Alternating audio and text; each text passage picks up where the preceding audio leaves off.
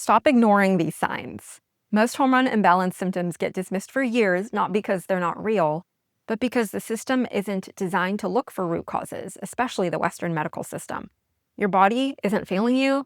It's not broken. It's just been trying to communicate with you when you don't know what to listen for or how to interpret what the body is saying. Today, we're finally going to figure out what's going on in the body, what the body is saying to you, and how to listen for it. If you're new here, I'm an integrative health practitioner, and I work specifically with women in their 30s and 40s who have often spent years being told that nothing is wrong, but they still feel off. And I want you to know that what we're covering today comes from both the science and from the real lived experiences of women just like you. We're going to go through these symptoms in clusters because that's actually how your body works. Some symptoms happen along with other symptoms. Nothing happens in isolation because the systems in your body work together. And by the end, my goal is that you walk away feeling less confused and a lot more clear about what your body has been trying to communicate. Here's something that matters before we dive in. Conventional medicine, Western medicine, typical doctors, they're really good at looking at one thing at a time. One hormone that sticks out, one lab marker that sticks out, one symptom that sticks out.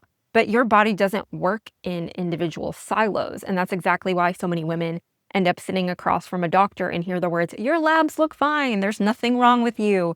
And they walk out feeling completely gaslit. I've experienced that myself. And I don't think we're being dramatic as women. I think we deserve to be heard out because when we feel something, we need a solution for that. And the reason the symptoms are being missed is because the framework that they use to look for solutions to the problems is too narrow. Hormones don't operate in isolation. They're in a constant conversation with your nervous system, your metabolism, your stress response. I like to think of it as a hormonal symphony. One of the books written by a functional medicine dietitian describes our hormones working together as a symphony. And I love that analogy because if anything is out of balance, you are going to hear it. If one section is playing too loud or there's too much of that hormone, it's going to make the symphony sound bad. If one section is playing too soft or there's not enough of a hormone, the whole symphony is going to sound a little bit off. And some instruments will come in at the wrong time, aka some hormones are not being released at the right time, or they're being over-released. The entire symphony also sounds off. And similarly, all of our hormones work together to create harmony and good, healthy conditions in our bodies. So when we look at symptoms today, we're going to actually look at the way that your body experiences them as a connected system, not as a checklist. The premise of connected habits coaching is that things in our body are connected. And it is through the connection and restoring balance to each of the components is how we achieve greater and overall health. And here's where most people get it wrong. They focus on the wrong symptom. Maybe it's the most obvious one, and then they miss the pattern hiding beneath it. Let me show you what I mean. Some symptoms that women will appear with when it comes to hormonal imbalances is low energy and disrupted sleep. And this is typically the first place where your body starts to wave a red flag. And this can show up in consistent and crushing fatigue, the kind that doesn't go away no matter how much sleep you get. You might be waking up at 2, 3, 4 in the morning and just laying there, not able to fall back asleep. And throughout the day, you're pounding caffeine, not because you like it, but because you need it for survival. I have been there. And a lot of women will chalk this up to just being busy, their schedule's full, or maybe they're getting older. But what's actually happening beneath the surface is a disruption in a hormone called cortisol and the rhythm that it has. Cortisol is your primary stress hormone, but it's also your wake-up signal. It has a rhythm to be high in the morning and drop low at night so that you can get good sleep. And when you have been stressed and running and your nervous system is on high alert for too long, the whole rhythm starts to break down. And if you have other things with your hormones going on, let's say your thyroid or your sex hormones, estrogen or progesterone, are going haywire, which can happen in your mid-30s and 40s, that can also cause disruptions in your body's recovery signaling. So if you are tired all the time and more sleep and more naps aren't fixing it, I want you to hear this clearly. That is data. That is information. That is not just getting older. And here's where it gets really interesting because what's happening with your energy and your sleep is directly connected to what's happening in your weight. And it's not in the way that diet culture has told you. Like I said, all of these systems are connected. So if you're experiencing sleep disruptions, that's going to affect your weight. You'll notice that you might be gaining a little bit of extra weight around your belly, maybe around your hips and your legs, seemingly out of nowhere. And it doesn't move no matter what you do. You haven't changed your workout routine, you haven't changed your eating routine, but this extra weight is just coming up out of nowhere. I hear this often from the women that I work with. They're eating well, they're moving their bodies, whether it's walking or going to the gym, and the scale isn't budging no matter what effort they're putting into the healthy routine that they're told that they're supposed to have. The scale might not move or it goes up. And they'll type things into Google, and what they will be told is that they're not trying hard enough. And I want to be super clear here. This is not just about the willpower of the woman. Trust me, us women growing up in diet culture has conditioned us really well to know what to eat and what not to eat a majority of the time. We do a good enough job punishing ourselves. So eating less and moving more is not the answer if your hormones are dysregulated or out of whack. Full stop. What's actually happening is a combination of things, and you can find its roots within the hormones and how the hormones are working together. There's a big buzzword. It's very important when it comes to your hormones, and that term is insulin resistance. Basically, that means if you have it, your cells are not able to use glucose and energy well, and your body ends up storing what you eat as fat.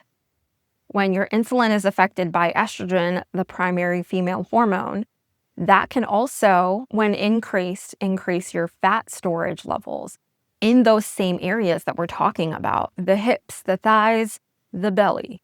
And if you're stressed on top of that, and your body and your nervous system is telling your metabolism, hold on, we're not getting enough nourishment, I need you to slow down so that we keep this woman alive. And that's a huge survival mechanism that we have because your body doesn't know the difference between actual danger or life-threatening circumstances, which are stressful, to the stress of your very packed schedule and running on 5 hours of sleep. Your body doesn't know the difference. It's just taking the inputs and interpreting them and adjusting based on what those inputs are. It's protecting you. So again, I want you to understand that you're not broken. Your body's trying to keep you alive, and the body's trying to get your attention because things are not right and your body needs support. A lot of women will say, oh, I'm broken or I'm getting old. And I want you to reframe that mindset because you're not getting old. Your body is screaming at you, asking for attention. And I want you to know that there are solutions when we understand what's going on underneath the surface. Why are the hormones doing what they're doing? If you're still with me, good, because this next cluster of symptoms I'm going to talk about is the one most women don't connect to hormones at all. And it's often the most dismissive experience of all. Lean in. By the way, if you're finding this helpful, I actually have an episode of the Connected Health podcast called Meet Your Hormones. It's episode 1, and it's a really good place to start if you want to meet your hormones and understand how they work together and what's going on underneath the surface. We'll come back to that at the end. The next set of symptoms is the set that typically tends to send women to start making doctor's appointments and trying to get what's going on under control. And the doctors will shrug, and the doctors won't be really able to help you. And that is dealing with anxiety that seems to come out of nowhere. That's not tied to anything specific, any stressful situation, but it's just this feeling of dread or panic underneath the surface that wasn't there before. You'll also experience brain fog that is so thick that you're forgetting what you were saying in the middle of the sentence. You are forgetting people's names. You are walking into rooms and forgetting why. And you might notice a little bit of a heightened emotional sensitivity. So you react either externally or internally out of proportion to what the actual situation is. You might be snapping at loved ones like your partner or your kids, friends, and then feeling terrible about it and wondering where the heck did that come from. You might experience a drop in libido. Your hair might be thinning and falling out in certain parts of your head like the temples or the top of your head. Your skin is starting to show up as dry, or it could be breaking out with excess oil. These feel like completely separate problems. You might go to a dermatologist for the skin issues. You might see a therapist or a psychiatrist for the emotional and mental problems. But They're not separate problems. They're all symptoms of a similar cluster of issues. There is a female hormone called progesterone. It is one of the most calming and brain protective hormones that we have. And as we age, it starts to decline, but most women are not producing enough of it anyway. And we experience anxiety, we experience emotional dysregulation, and we just feel like this heightened sense of doom and overwhelm all the time. Less progesterone in the body does not help to protect our brain. It also helps to tear away at the brain's protective mechanisms when we're not making enough of them. If your brain chemistry is out of whack, your nervous system is also being impacted.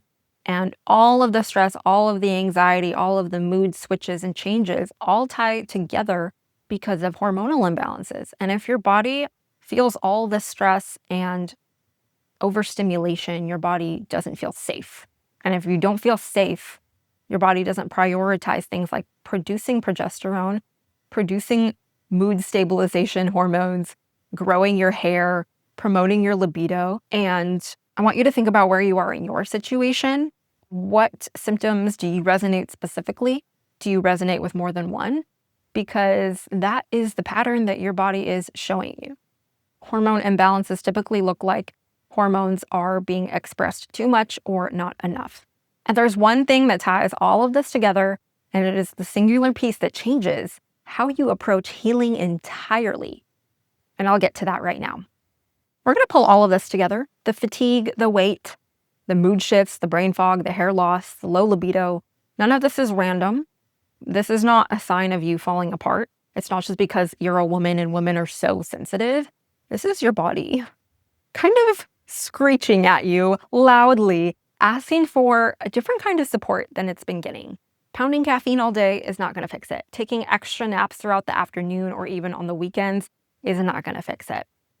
Getting on a new medication is not going to fix it, because when you focus on just managing one symptom as it pops up, that's not going to work. You can change your diet all you want. You can take a new supplement all you want. You can switch your medication all you want. But if you're only focusing on addressing one symptom and not the big picture or all of the connected systems, it's not going to work, because you cannot heal a system by treating it as individual pieces. They all affect each other. So this is the lens that I personally bring to every client that I work with at Connected Habits Coaching. We are looking at hormones, yes. We are looking at test markers, yes. But we're also looking at the big picture, the whole nervous system that governs it all. The nervous system is the command center for everything going on in the body. We look at the metabolic patterns that sustains the release of hormones, the productions of hormones. We're looking at the inputs, which basically means what are you doing to contribute to the problem or the solution. Your lifestyle inputs look like sleep, your stress levels, the food that you eat, what you do to feel safe and calm, how you are moving your body. All of these things support the full system. It can keep you in a healing state, or it can keep your body in this fight or flight protection mode state. And when we talk about making changes, we're not adding more to your plate. You already likely have enough to deal with, but we have to understand, why has your plate felt so heavy in the first place? So what does this actually look like in practice? I'm going to give you 3 places to start rebalancing your hormones that you can work on right now. Step 1 is awareness. I want you to start tracking your symptoms across all of the scenarios we talked about over 2 weeks, not because you need to diagnose yourself, but because patterns give more information than individual symptoms. And the data that you write down is yours. You don't have to give it to anyone unless you're seeking help.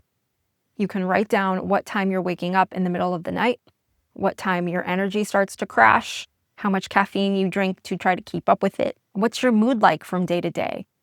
Do you wake up feeling rested in the morning? What symptoms are you noticing in your menstrual cycles? Is it light? Is it heavy? Is it painful? Have there been changes to your skin, to your hair? You need to write these down, because you are becoming a detective of your own biology. You're taking notes to raise your awareness on what exactly is a pattern, or maybe you'll pick up on something that you never noticed before. And awareness is so powerful, because when you have awareness, That is the first step towards change. Step 2, I want you to prioritize sleep. The sleep rhythm is essential to recovery across the board, and I want you to start there before you change anything else. Get in bed by 9, 10 o'clock and protect your cortisol rhythm. So don't do anything overstimulating close to that bedtime. Don't eat, don't exercise, just do calming things. Read a book. Nothing too stimulating. Maybe you're coloring, maybe you're listening to gentle music. You don't want to put anything that induces stress, including social media, right before you go to bed. You also don't want those inputs of stress right when you wake up. This is one of the most important levers you could pull for healthy hormone balance, and it doesn't cost anything. It's just a change of your routine. Making sure you're getting 7 to 9 hours of restful sleep. Step 3, take one chronic stressor from your plate this week. Not forever, just one thing for a short period of time, because your body's whole nervous system is carrying a load, and I want you to look honestly at what is on your plate and take one thing off of it. It's not giving it up, it's taking a break. That is being strategic with your healing, because if you don't put yourself first, this is why we're falling apart. And if you're like, there's really nothing I can take off of my plate, I promise you there's one thing.